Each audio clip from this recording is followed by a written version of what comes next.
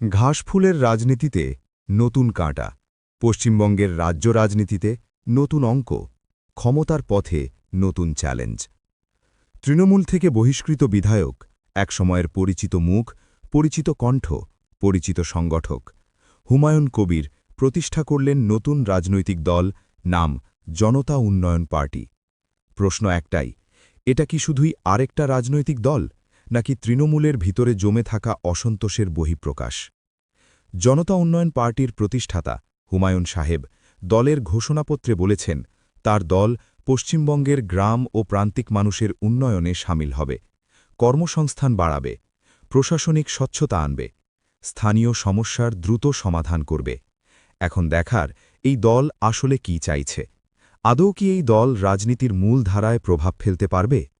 এই প্রেক্ষাপটে প্রশ্ন উঠছে, হুমায়ুনের জনতা উন্নয়ন পার্টি কোন রাজনৈতিক শূন্যস্থান পূরণ করতে চাইছে?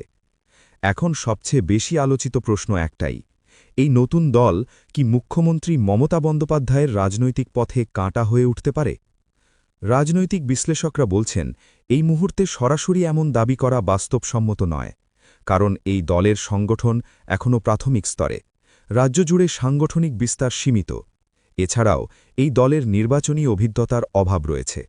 তবে বিশ্লেষকরা এটাও বলছেন, যদি দলটি নির্দিষ্ট কিছু অঞ্চলে স্থানীয় ইস্যুতে জনসমর্থন আদায় করতে পারে, তাহলে ভোটের অঙ্কে প্রভাব ফেলতে পারে। শাসক তৃণমূল কংগ্রেস এই দল নিয়ে কোনো মন্তব্য করেনি।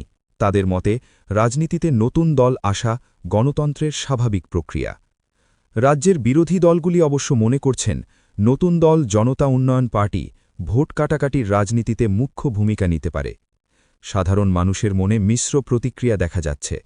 কিছু মানুষ বলছেন, নতুন দল মানেই নতুন আশা, আবার অনেকেই বলছেন, নির্বাচনে বিশ্বাসযোগ্য বিকল্প তৈরি করতে সময়, সংগঠন ও ধারাবাহিকতার দরকার। অবশ্য রাজনৈতিক ইতিহাস বলছে, অনেক নতুন দলই আলোচনায় আসে, কিন্তু খুব কম দলই দীর্ঘ পথ অতিক্রম করতে পারে। তবে কেউই এখনও নিশ্চিতভাবে বলছে না এই দল দীর্ঘমেয়াদী টিকে থাকবে কিনা। কিন্তু আজ এতদিন বাদে এটা তো স্পষ্ট হল, ঘাসফুলের পথে অন্তত একটা কাঁটা ইতিমধ্যে ফুটে উঠেছে।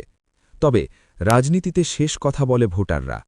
প্রশ্ন থেকেই যাচ্ছে, হুমায়ুনের নতুন দল জনতা উন্নয়ন পার্টি কতটা প্রভাব ফেলতে পারবে রাজ্যের রাজনৈতিক মানচিত্রে?